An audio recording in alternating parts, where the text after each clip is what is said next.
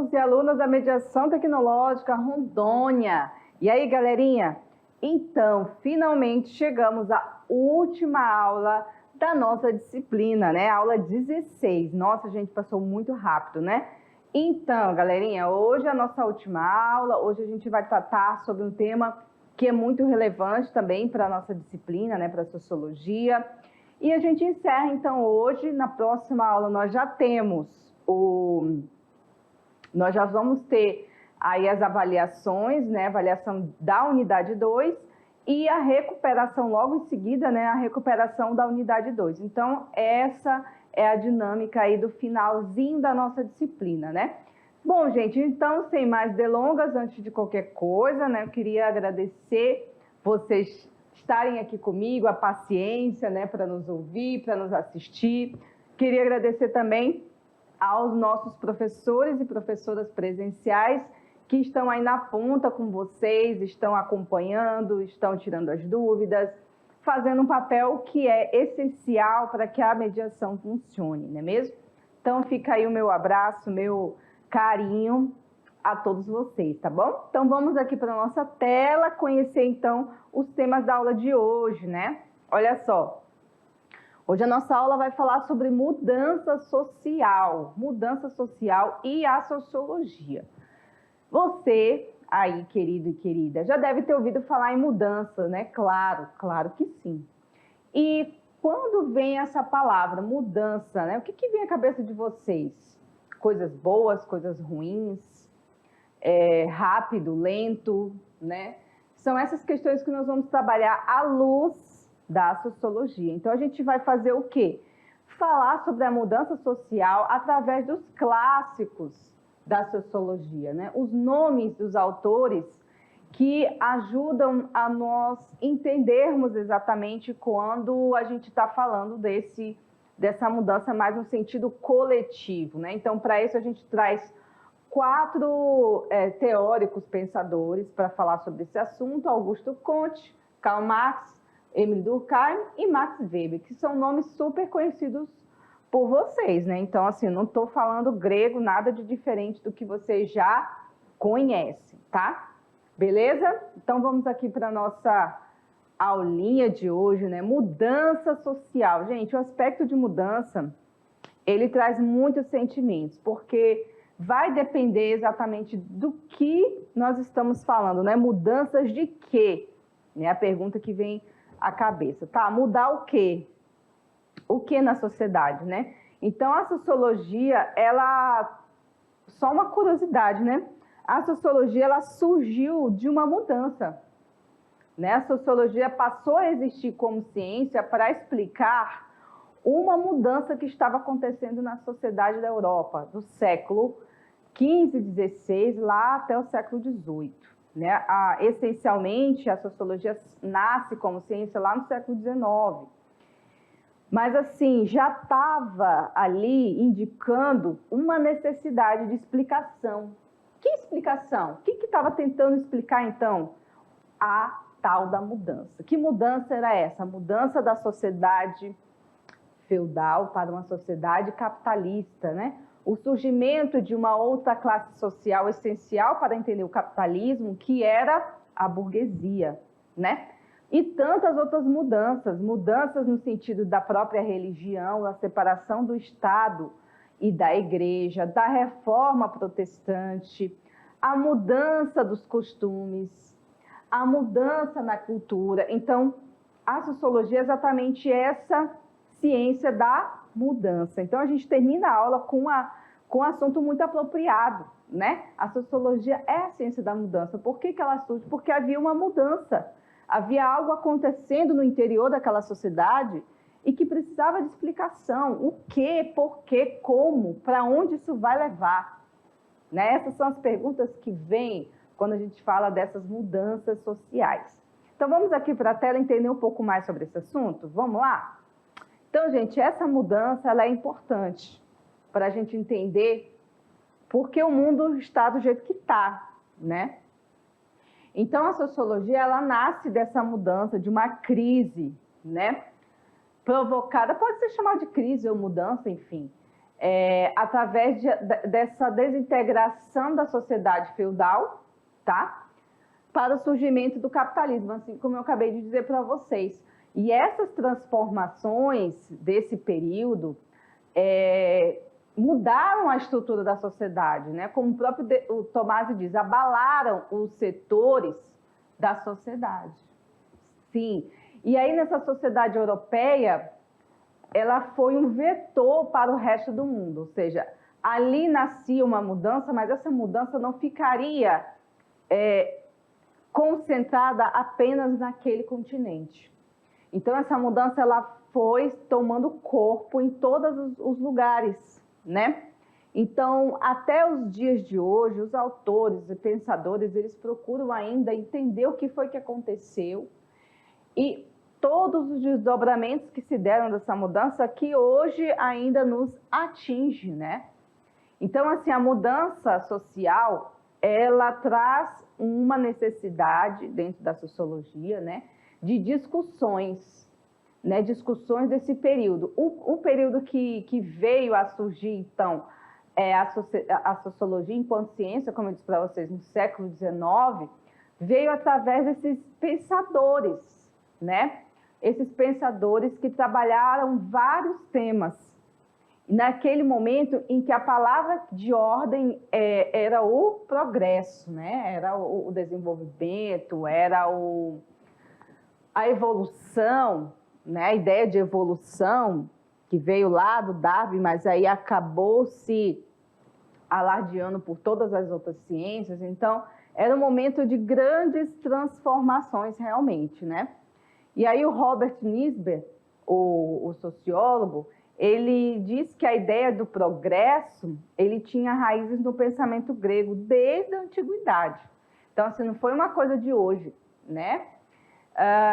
E esteve presente também essa ideia de progresso no imaginário de todas as sociedades, mesmo lá no século XVI, com o surgimento do Iluminismo, e no século XIX, ele ocupou um lugar muito, muito importante, de destaque, que permeou também os pensadores, né? Permeou a ideia dos clássicos da sociologia. Então, ainda assim, com toda essa separação, essa vontade de analisar os fatos sociais de uma maneira,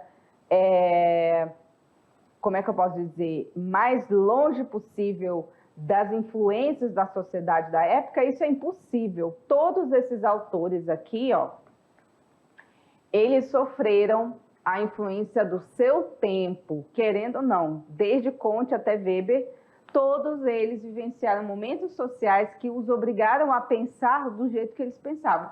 Por mais que eles tivessem ideias revolucionárias, ideias à frente do seu tempo, mas ainda assim eles sofreram sim a influência daquele momento social, daquele momento histórico. Então a gente começa aqui com o Augusto Comte. O que o Augusto Comte nos fala dessa mudança social? O Augusto Comte também é um dos pais da sociologia, né? O que trouxe toda essa rigorosidade do estudo da sociologia, todo o rigor científico também nós devemos a ele, né? E ele era um pensador do século XIX. A obra do Comte, ela está cheia de influências dos acontecimentos da pós-Revolução Francesa, né? Então, ele defendia um espírito revolucionário, né?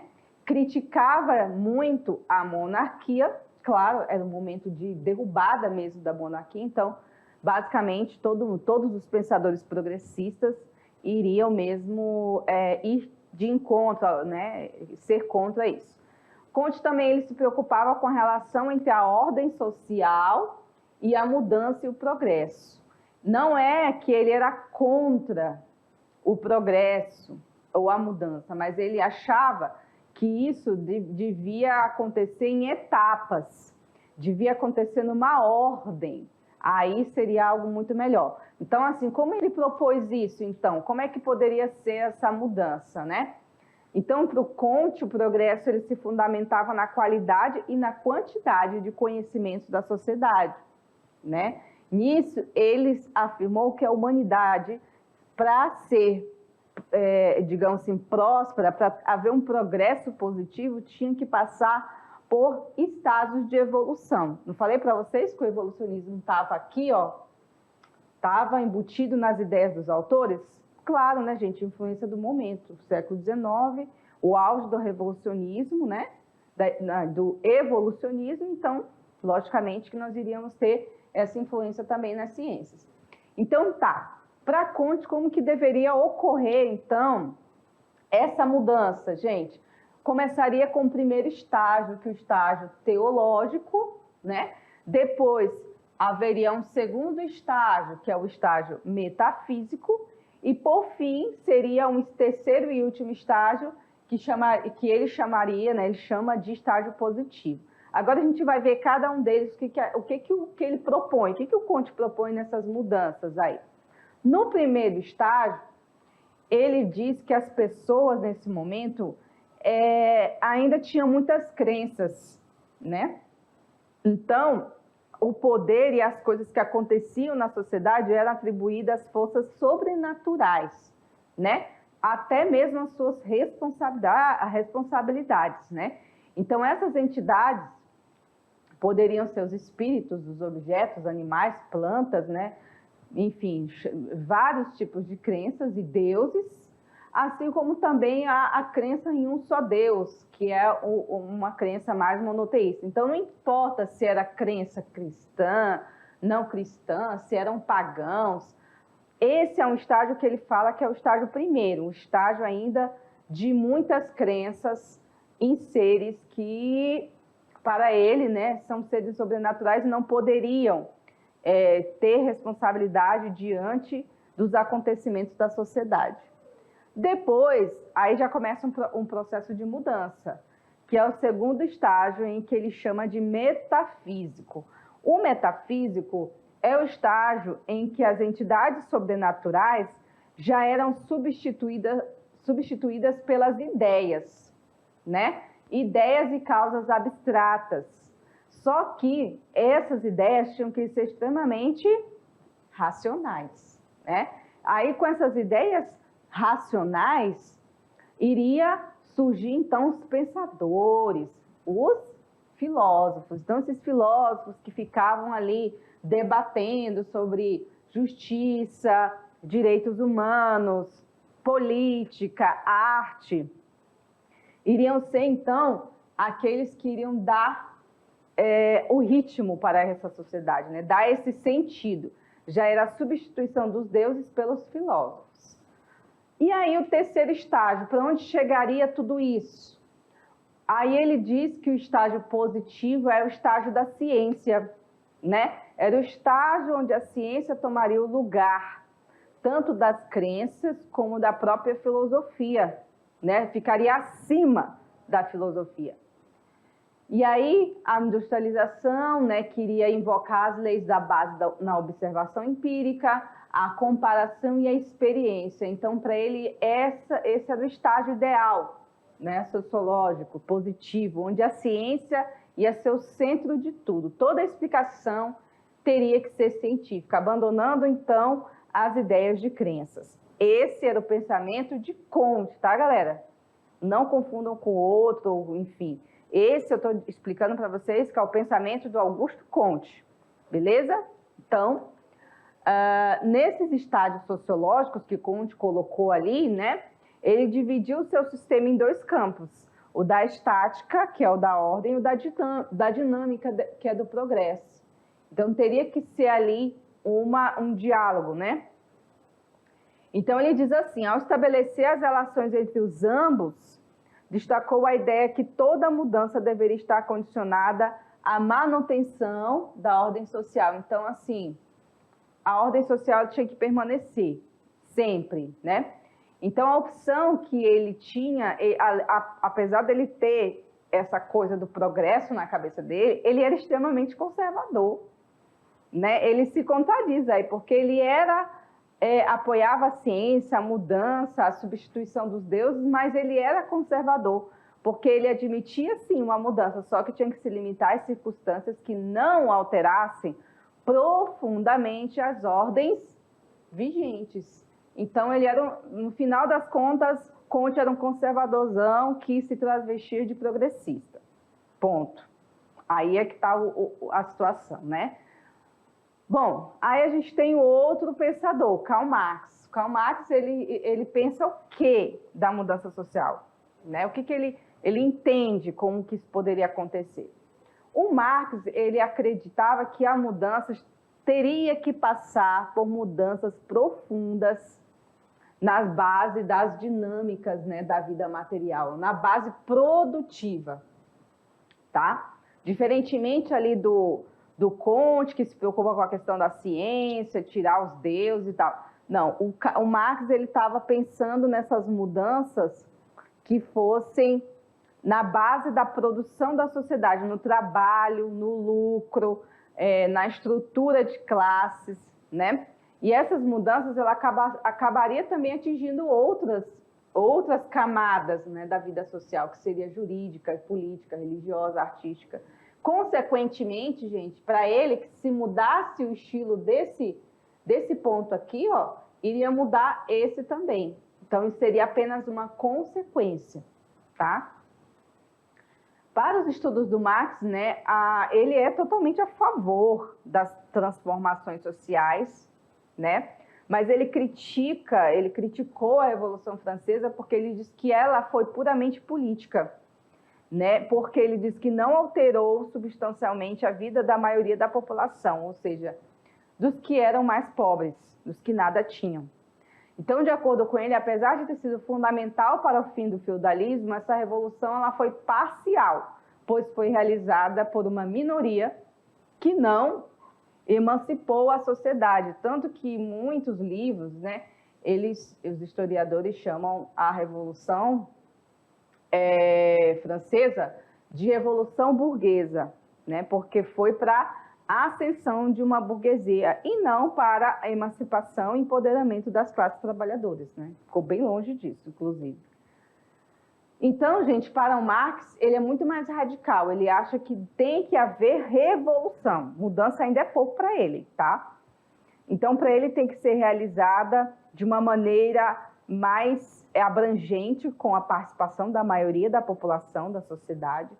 Só uma classe nessas condições é capaz de representar os interesses da libertação para todos e liderar essa transformação, que seria o proletariado, né? Que poderia ser capaz de se unir e mudar as estruturas da sociedade.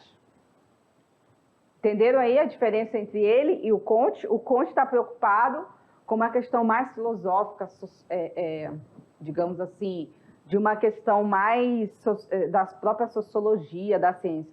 O Marx está mais preocupado na questão prática da vida das pessoas, do trabalho, da renda, né? Então, está aí uma grande diferença entre os dois, né, gente? Agora a gente vem para o Émile Durkheim. O que ele fala da mudança social? O Durkheim, ele é anterior, tá, ao Marx. Aqui a gente não está colocando uma linha cronológica, né? Então, só para deixar isso claro. Galera, o Durkheim, ele analisou a questão da mudança social, né?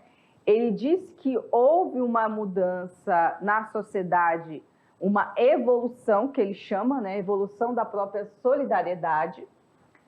E ele diz que essa solidariedade que antes ele falava que ele nomeou, né, como uma solidariedade mecânica, ela passou para a orgânica. Por quê? Por causa do crescente aumento da divisão do trabalho. Então, a divisão do trabalho aumentou essa mudança social, né? Então, a passagem de um tipo de solidariedade para o outro resulta das transformações da estrutura social que levou à evolução histórica das sociedades, né? Então, está relacionado para o Durkheim totalmente ao trabalho. Como que a mudança nessa estrutura do trabalho também impactou diretamente a vida das pessoas, claro, né? Isso faz todo sentido. Então, assim, para ele, isso se deve a fatores como a expansão urbana e o crescimento industrial, né? O que aconteceu ali na Europa naquela época?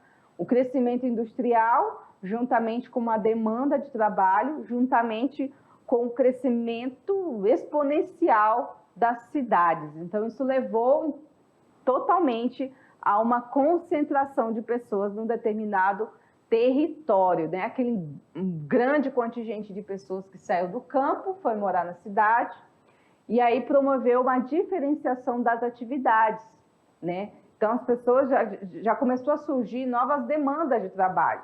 E também surgir o aumento enorme, né? O aumento do desemprego. Essas interações que começaram a surgir tornam mais complexa as relações sociais. Não é só uma questão de vínculos com parentes, né? Começa a ter o vínculo do trabalho, o vínculo de amigos, os vínculos de bairros, os vínculos da igreja. Então, as relações passaram a ter uma base de dependência mútua, né? E aí a gente vai entender aqui melhor nesse quadro do que nós estamos falando. O que eu estou falando? O que eu estou querendo dizer com isso, gente? Vamos entender aqui?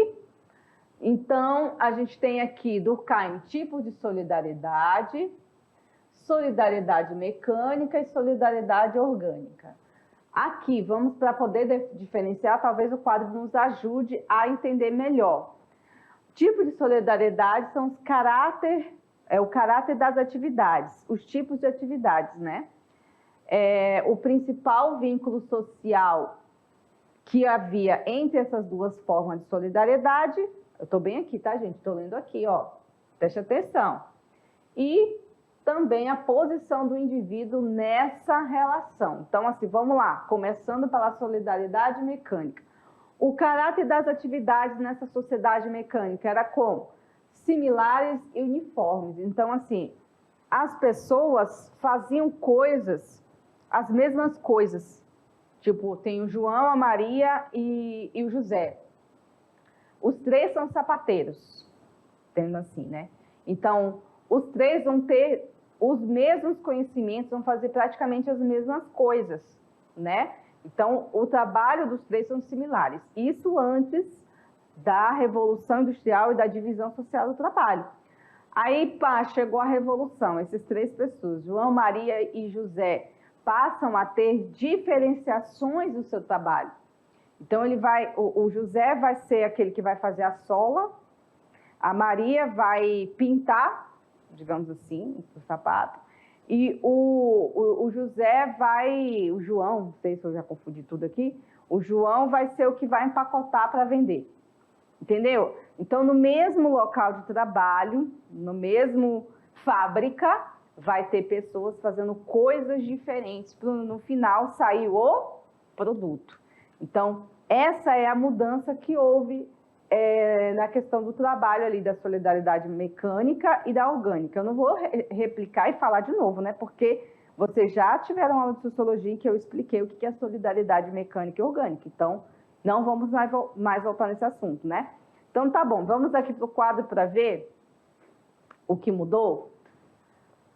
Então, na solidariedade orgânica, essas atividades, elas eram altamente diferenciadas. Então, elas vão mudando, tá?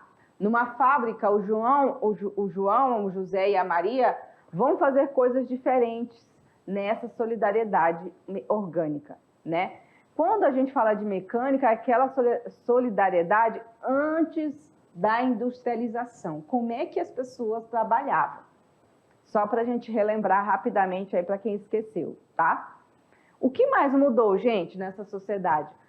A questão do vínculo social. O vínculo social, ele tinha um consenso moral e religioso muito forte antes da industrialização. Então, tinha um aspecto mais de comunidade, de proximidade, de parentesco, né? De um coletivismo maior. Já na solidariedade orgânica, esse vínculo ele é complementar e há uma dependência mútua, né? Então, são relações, muitas vezes, já saem um pouco da família e da igreja e da religião e passa a ser mais uma relação de trabalho, uma relação mais fria, mais distante, porém com muita interdependência, porque à medida que a gente vai criando as coisas, né, numa fábrica, se todo mundo não colaborar, pelo menos um deixar de colaborar, o restante vai ficar comprometido, né? Então, tem essa situação. E a posição do indivíduo, como é que ela fica nessas duas solidariedades?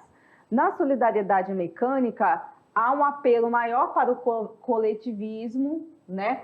E a ênfase no grupo. Então, assim, as pessoas tinham mais um pensamento de colaborar, né? Porque eu tinha mais um pensamento coletivista, eu dividia mais as minhas coisas. Então, assim, por exemplo, vou dar um exemplo mais prático, né? Num lugar mais rural, as pessoas, falar essa palavra é engraçada, falar assim, antigamente, as pessoas que moravam na roça, elas costumavam ter as práticas mais coletivas. Então, as pessoas iam fazer a festa do milho, se juntava a comunidade ali, colhia, né? Tem aquela época do milho, o pessoal até chama hoje de festa junina, de São João, porque por que tem muito milho nas festas, né, de São João? Porque tinha a ver com a estação lá das plantações do ano e tal, e aí tinha toda essa questão do milho, e aí transformava esse momento de fazer as coisas, de colheita, de fazer as comidas, transformava num momento coletivo, né? Então as pessoas colaboravam para que no final tudo ficasse pronto, né? Ficasse bem. Assim mesmo, também na roça tinha essa prática de quando o vizinho lá matava um porco, ele não comia o porco sozinho na casa dele. Geralmente, às vezes, tirava um pedaço para dar para o vizinho. O vizinho, a mesma coisa. Eu fiz aqui uma torta de milho. Eu vou tirar um pedaço e dar para o meu vizinho. Isso é uma coisa que até na cidade mesmo, aqui em Porto Velho, quando eu era criança, era muito comum as pessoas se ajudarem. Eu fico com a tua filha para trabalhar, né? Quando chega em casa, eu fiz a comida, eu guardei um mingau para você. Então, era aquele sentimento mais próximo. Hoje em dia não existe mais isso, é muito difícil alguém fazer isso por outra pessoa. Por quê? Voltamos lá para o quadro que eu vou explicar para vocês. O que nós temos na sociedade de hoje?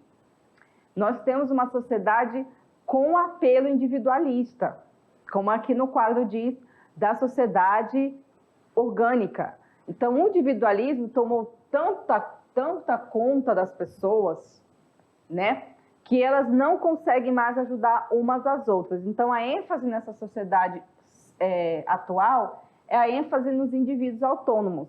Então, eu não vou dividir o meu bolo. Se você quiser, vai lá na padaria e compre um para você. Eu não vou te dar nada, não. Não é assim? Então, essa sociedade aqui é diferente dessa sociedade aqui. Tá? Então, a gente vê aí realmente uma mudança muito grande. Aí, outra coisa também, nas estruturas econômicas, o que mudou? Na sociedade mecânica eram os grupos muito mais isolados, as propriedades rurais, grandes propriedades, onde cada um tinha a sua lei própria, né? Eram autossuficientes e autárquicos, ou seja, assim, tinha lá o chefão lá, né? Que mandava em tudo. Lá estavam os servos e tal, fazia tudo. Autossuficientes porque eles produziam aquilo que eles queriam, né, consumir. E aí já tinha algum comércio, alguma coisa, mas eram muito mais, né, contando que cada propriedade se autogerisse, se autossustentasse, né?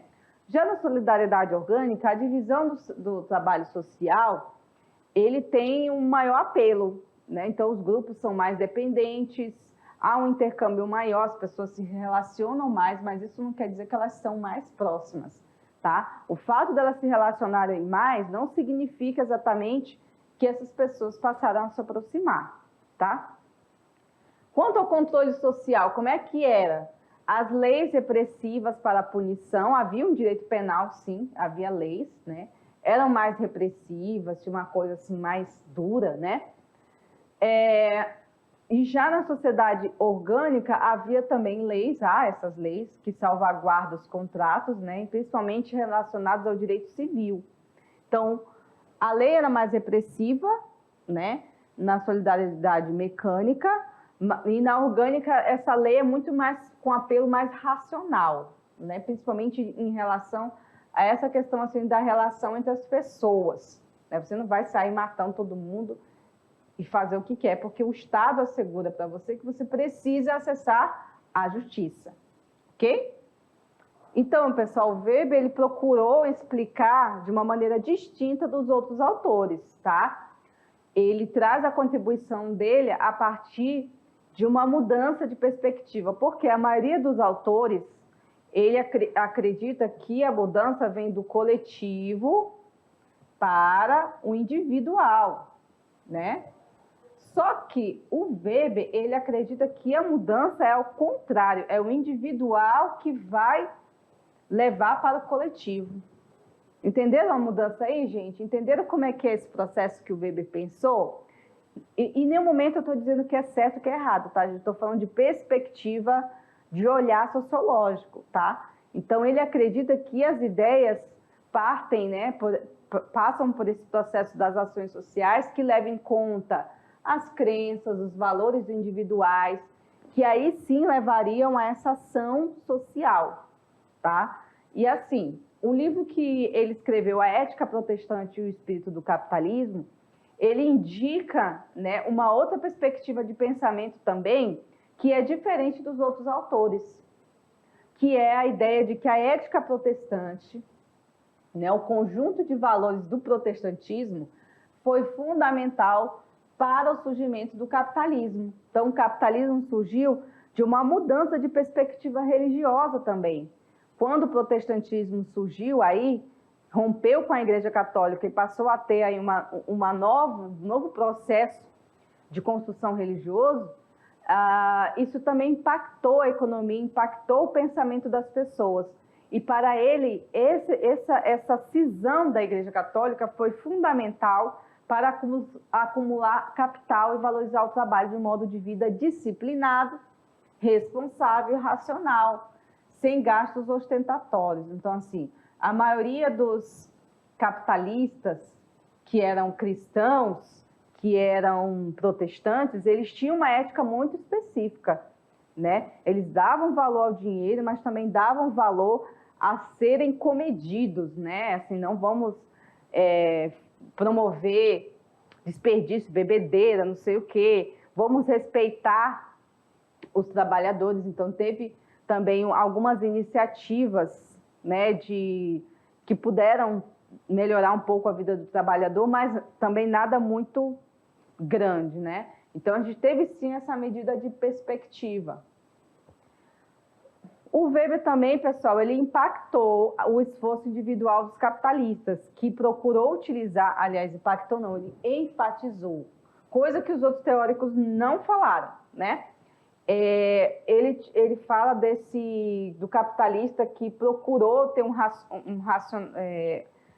ser mais racional com suas ações, ter um cálculo para garantir a eficiência da produção das suas mercadorias, né? E sempre pensando no final o seu ganho monetário, claro, queria lucro, né? Prosperidade. Então, os trabalhadores, por sua vez, também passaram a ver o trabalho como um valor e não como um castigo, como era visto antes, né? Então, ocorreu, nesse sentido, a confluência entre uma certa visão de mundo e um determinado estilo de atividade econômica. Então, uma visão de mundo da religião protestante, juntamente com, né, uma atividade econômica capitalista que visa o lucro e a prosperidade, ok? Bom, então Weber também analisou a mudança social com base nos tipos ideais e da ação e também da dominação. Então, nessa perspectiva, ele também caracterizou os tipos de ações, como a ação afetiva, a dominação tradicional, né, passariam por outras combinações de ação e de dominação, que chegariam também às formas sociais com o predomínio da ação racional, né? A racionalização ficou muito forte nesse momento, vinculada também com a dominação legal burocrática. Então, para ele, havia as combinações de ação e dominação que modificaram totalmente a forma de ver e fazer a sociedade, né? Para ele também havia uma tendência a um aumento da racionalização, né? E das ações sociais com base na burocracia. A gente tem um livro do Franz Kafka, que é muito bom para analisar, né? Essa questão da burocracia, como isso também influenciou todo um processo da sociedade moderna, né? Tudo ficou muito burocrático. Então, para o Weber, a burocratização crescente seria um entrave para o processo de qualquer mudança social, né? Para ele, uma sociedade administrada por diversos instrumentos controladores, a mudança estaria sempre limitada a uma ação burocrática. Errado não está, né? A burocracia veio para ficar e realmente ela traz um aspecto de engessamento também nas próprias estruturas do Estado, né? Bom, em relação ao Marx, é possível notar algumas mudanças em relação ao Weber, né, nas ideias do Weber. Então, vamos ver aqui. Para Marx, Karl Marx, o processo de mudança ele é determinado pela produção material, que interfere em outras esferas da vida social. Então, toda mudança para Karl Marx passaria pela mudança da estrutura dos próprios processos produtivos, né? Já para o Weber, essas mudanças são causadas pelas ações humanas, né? Ações racionais e individuais. Então, não seria exatamente uma mudança na estrutura da sociedade em si, mas a mudança dos aspectos individuais das pessoas que iriam impulsionar, então, que chegasse ao coletivo. Entenderam, mais ou menos? Então, é isso aí, tá, galera? Bom, tá aí as referências da nossa aula de hoje. Uma aula que tem muita informação, né? Uma aula que tem muita coisa, mas que é importante a gente falar, né? Nossa última aula aí, para que vocês saiam dessa disciplina tendo uma noção muito boa da sociologia, tendo uma noção do que vocês vão precisar saber para a vida de vocês e também para os estudos, tá bom? Então, daqui a pouquinho a gente volta para fazer a nossa apanhado geral aí, né? A revisão de conteúdo e a atividade, tá certo? Aguardo vocês até daqui a pouco. Tchau, tchau.